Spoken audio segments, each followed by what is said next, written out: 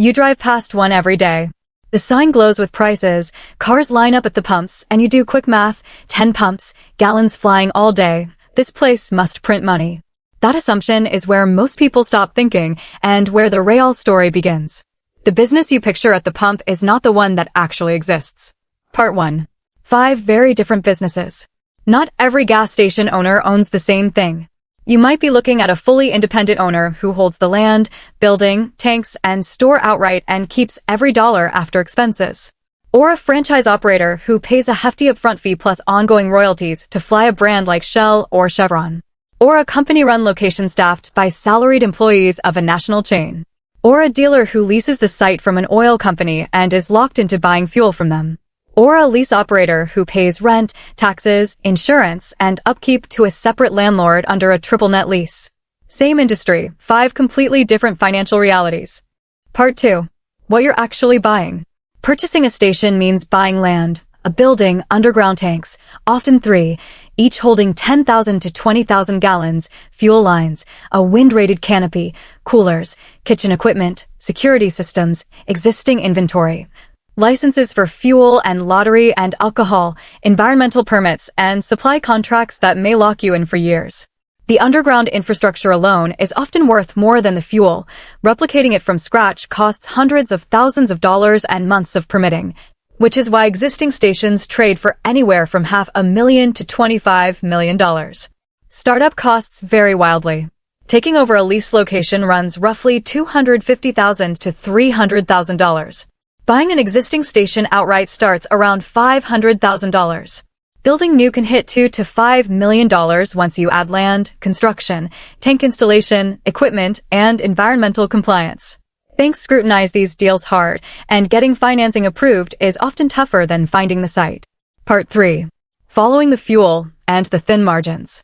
Crude oil travels from field to refinery to regional terminal, the rack, to tanker truck to your tanks. Branded dealers buy at a premium rate that includes marketing support and supply priority, usually locked in for a decade or more. Unbranded dealers buy at the open market rack price, cheaper, but first to lose supply during a shortage.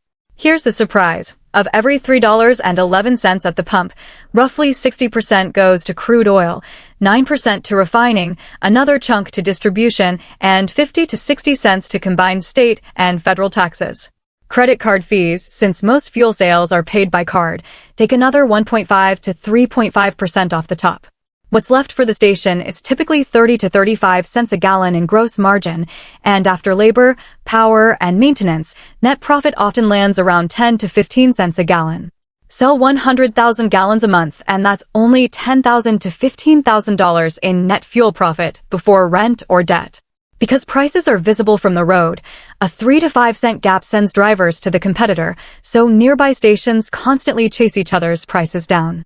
Economists call the resulting pattern rockets and feathers. Prices jump fast when wholesale costs rise, but fall slowly when costs drop, as owners try to recover lost margin. Part 4. The store is the real business.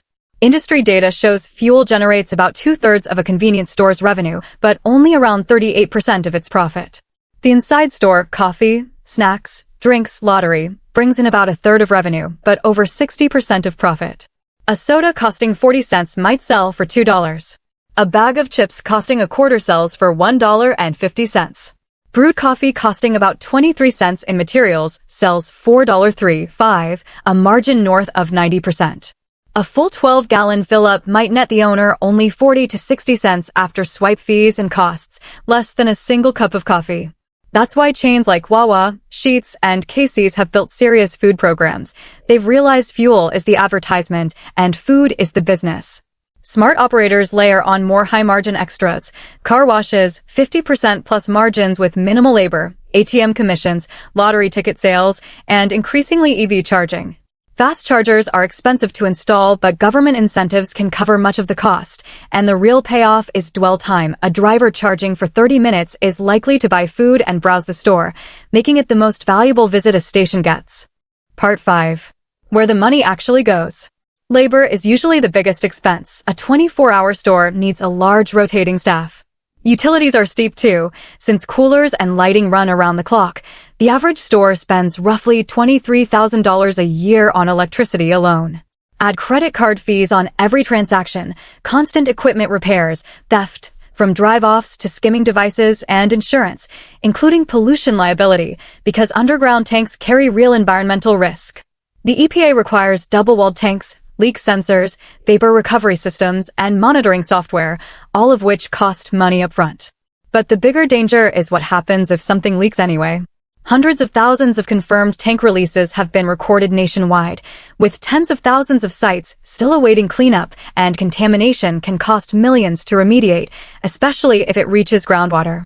Crucially, that liability can transfer to a new owner, which makes environmental assessments essential before any purchase, even though they're not a complete guarantee. Part 6. Location decides almost everything. Professional site scouts look at traffic volume, ease of entering and exiting, corner positioning at a signal, nearby competition, and what surrounds the site, highway ramps, employers, neighborhoods. Get the location right and most other problems are manageable. Get it wrong, and no amount of good management fixes it. Picture a mid-size branded station pumping 100,000 gallons a month, plus $150,000 in store sales.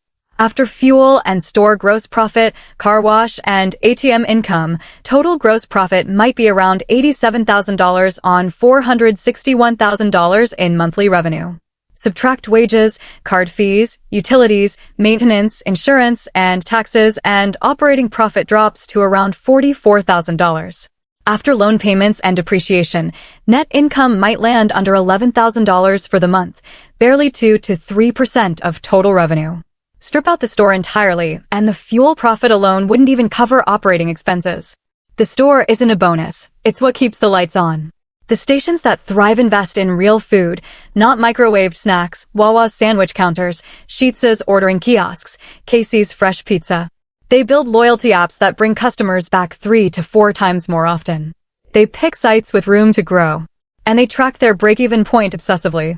A well-run independent station might net anywhere from $100,000 to $500,000 a year, with results swinging by well over $100,000 between a good year and a bad one depending on competition, equipment failures, and fuel cost spikes. The people who succeed aren't the best at selling gasoline. They're the ones who understand that fuel brings customers through the door, but the store is what pays the bills.